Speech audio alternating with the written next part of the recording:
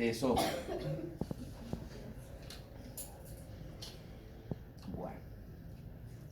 Bueno, el cáncer de esófago primero, parto de decirles que no es una patología muy frecuente, o sea, no es que uno encuentre frecuentemente el cáncer de esófago.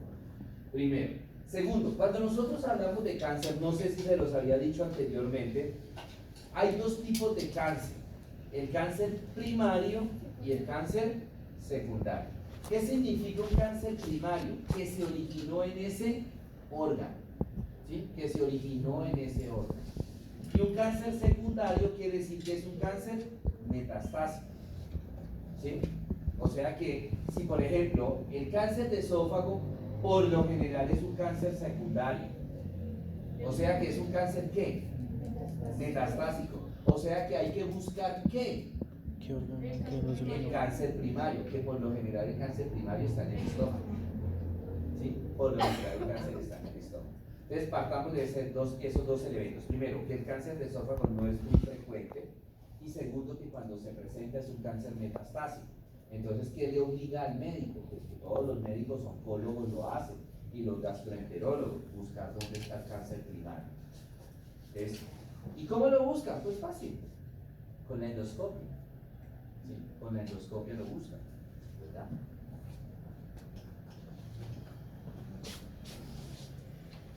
Bueno, ok, ¿cuáles pueden ser los posibles factores? Ojo, los cánceres no tienen una causa específica, porque si ojalá después, o sea, si supiéramos cuál es la causa específica del cáncer, se le podría hacer el tratamiento, pero no sabemos. Hay factores de riesgo, en todos los cánceres. ¿Cuáles serían los factores de riesgo en un cáncer de esófago? El consumo de alcohol. Acuérdense que el alcohol es una sustancia que ácida. Y obviamente no es que de un solo guarapazo al paciente le va a hacer un cáncer, no, primero tiene una evolución, gastritis, esofagitis, ¿verdad? Ahorita lo vamos a ver, Helicobacter pylori, pum, cáncer, ¿cierto? El tabaquismo, el consumo de arroz y té caliente, el arroz tan caliente, ese arroz que de pronto uno se mete a la boca y empieza a jugar con el arroz dentro de la boca para enfriarlo, ¿cierto? Ese arroz produce toxinas que son cancerígenas, lo mismo el té, ¿verdad? El consumo de nitrosaminas y aflatoxinas. Las nitrosaminas son unas toxinas que se encuentran, lo siento Jonathan, en la cerveza. ¿Sí? Y las aflatoxinas son unas toxinas que se encuentran en los embutidos, en los enlatados. Son esos conservantes. Dentro de esos conservantes, pues imagínense ustedes, muchachos, un salchichón, un paquete de salchicha, un paquete de atún, una lata de atún, perdón, una lata ¿qué más? Bueno, todos esos enlatados que hay de maicito y de garbanzo, ahora hay hasta tamal ¿cómo es? Enlatado, para que dure meses esa lata y que cuando usted la destape esté fresco, no esté dañado, ¿qué tienen que echarle? Con muchos químicos. Dentro de esos químicos les echan aflatoxinas, ¿sí? El pescado ahumado. El pescado ahumado, y no solamente el pescado ahumado, ¿sí? Todo lo que sea ahumado, pero más el pescado, ¿sí? Más el pescado. ¿Por qué? Hombre, por ejemplo, ustedes van a un asado, ¿cierto? Y ponen allá la carne a asar, ¿verdad? Y empiezan a soplar esa vaina el carbón, ese bota el fogonazo, ese quemonazo, esa parte negra que queda en el pescado, en la carne, en el pollo, sí, que queda como tostado.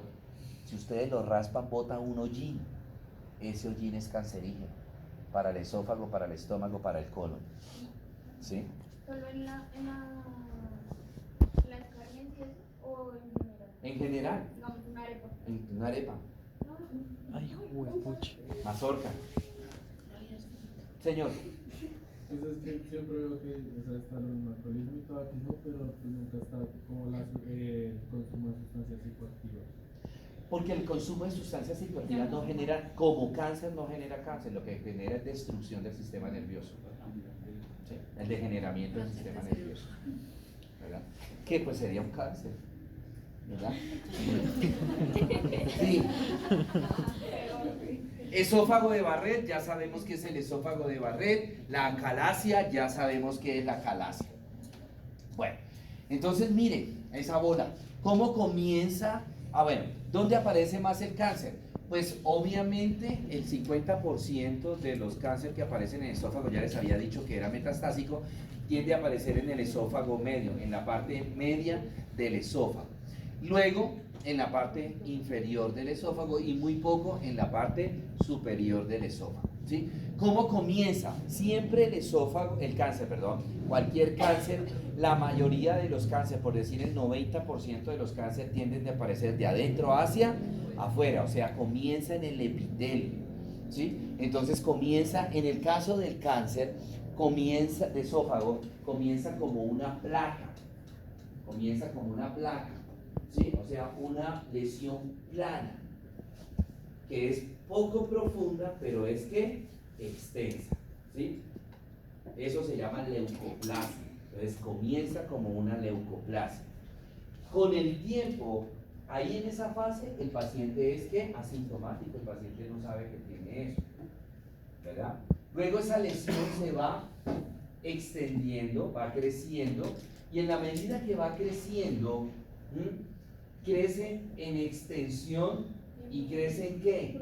En profundidad. Entonces, en la medida que ella va creciendo en profundidad, se empieza a elevar la lesión y aparece un nódulo. Que es el que ustedes están viendo en la imagen.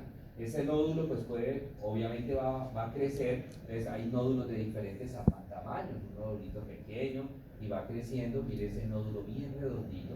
Y ese nódulo, ¿qué va haciendo? Pues mire que va tapando la luz del esófago. Y entonces el paciente empieza a experimentar, ¿sí?, sensación de atoro. ¿Por qué? Porque hay algo que le está impidiendo el paso de la comida. Al principio, la sensación de atoro del paciente es para alimentos sólidos, pero en la medida que el nódulo va creciendo y que va tapando la luz del esófago, la sensación de atoro pasa, ya no es a sólidos solamente, sino a alimentos semisólidos, y llega un momento en que inclusive la sensación de atoro es a alimentos líquidos. Obviamente, si un paciente tiene una sensación de atoro con agua que tome, pues quiere decir que la masa es grande. ¿Por qué? Porque prácticamente está tapando toda la luz del esófago, ¿sí? Entonces acá tenemos la leucoplasia, como empieza, si ven esta manchita que ven ustedes como blancuzca, Sí. esa es la leucoplasia, ¿Cómo se descubren en esa etapa? ¿Cómo así para tratarlo? Ya es cáncer, cirugía. ¿Así? El hecho que sea placa, o sea que no sea un nódulo, no quiere decir que no sea cáncer, ya es cáncer. Cirugía, esofagectomía. Después del nódulo, ¿sí? Después del nódulo, la lesión se ulcera, ¿sí? La lesión se ulcera, ¿verdad? Entonces, antes de que se ulcere, se convierte en un pólipo, y ese pólipo se ulcera.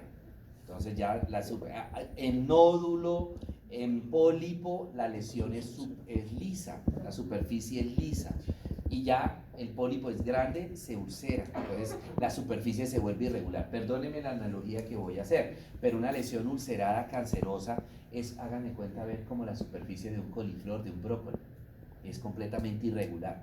Esa es una lesión ulcerativa, ¿sí?, que sangra muy fácilmente. Bueno, miren esa lesión, ya prácticamente esa lesión miren que es ulcerativa ya. ¿Sí ven que ya perdió la superficie lisa? Y ya prácticamente tapó todo el esófago. Entonces el paciente debe tener una disfagia, o sea, un dolor al tragar, hasta líquidos, ¿sí? Sólidos, semisólidos y líquidos. Ahí pues obviamente ya el cáncer está muy avanzado. Todo cáncer se disemina, como ya lo hemos visto. Entonces, el cáncer de esófago va a hacer una diseminación local. ¿A dónde hace la diseminación local? La va a hacer hacia la parte de estructuras del cuello o hacia la parte de la estructura de mediastino posterior. Acuérdense que el esófago está en el mediastino posterior. Entonces puede comprometer qué estructuras hay en el mediastino posterior. Acuérdense que está la aorta, ¿sí? La aorta torácica descendente, está la vena ácigos, está la vena hemiácigos, ¿sí? Puede ser también diseminación linfática. ¿Hacia dónde? Pues lo va a hacer hacia los ganglios linfáticos mediastínicos, ¿sí? Ahí están los broncopulmonares, los paratraqueales, están los broncomediastínicos y están nada más y nada menos que dos grandes estructuras que son el conducto linfático y el conducto torácico. ¿Se acuerdan que por allá yo les expliqué eso? Sí. El morfo, entonces por ahí se puede ir. Y finalmente la base de la propagación por vía sanguínea. ¿A dónde lo hace? Lo hace hacia pulmón y lo hace hacia hígado. ¿Right? Quizás de los cánceres más agresivos, no sé si se los había dicho yo a ustedes, pero los cánceres más agresivos son a nivel hepático. ¿Por qué? Porque el hígado realiza tantas funciones. ¿Cuántas funciones realiza el hígado? Funciones que se van a ver alteradas pues, por el cáncer.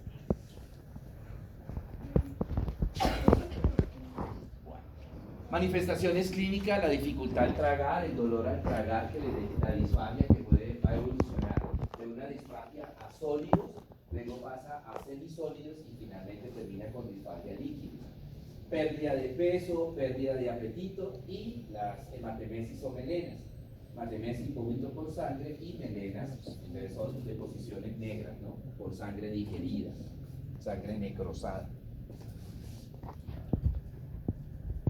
Aquí podemos observar hacia la parte de las 6, 7, vemos la masa tumoral, esto está tejido sano, el tumor, el cáncer.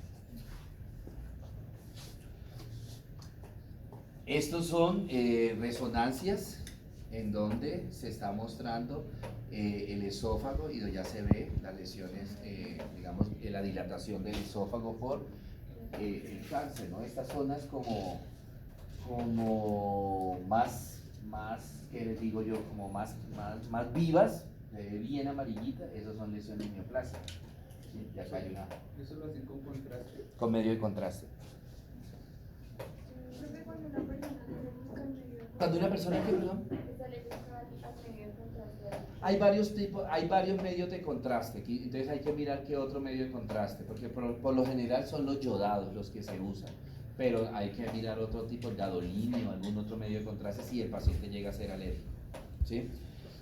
Acá tenemos otra, mire la calasia, estrechamiento del esófago, ¿cierto? Aquí hay una masa que está obstruyendo el esófago y mire ya cómo le ha tapado el esófago, que el medio de contraste pasa, pero ¿qué? Poquito, pasa el medio de contraste poquito, ¿cierto? Aquí tenemos sin medio de contraste la masa mucho más grande.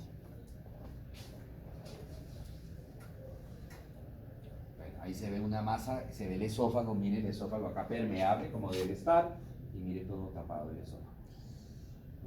¿Sí? Pues ese paciente va para cirugía urgente, ¿no?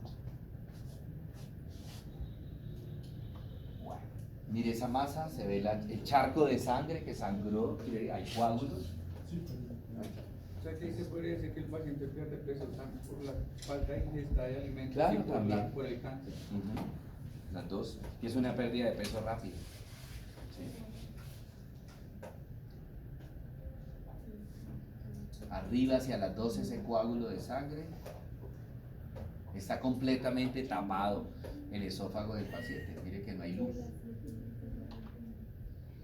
Y el epitelio se ve en la zona donde se rompieron los vasos sanguíneos para el sangrado, todo eso que ustedes ven, vasitos que se rompieron, y acá está la lesión neoplásica, se pierde la continuidad del epitelio, aquí ya está, de aquí para adelante esto, de aquí para adelante es esto, igual, ¿sí? Ahí ya veo la pérdida de continuidad del epitelio, el cambio del epitelio.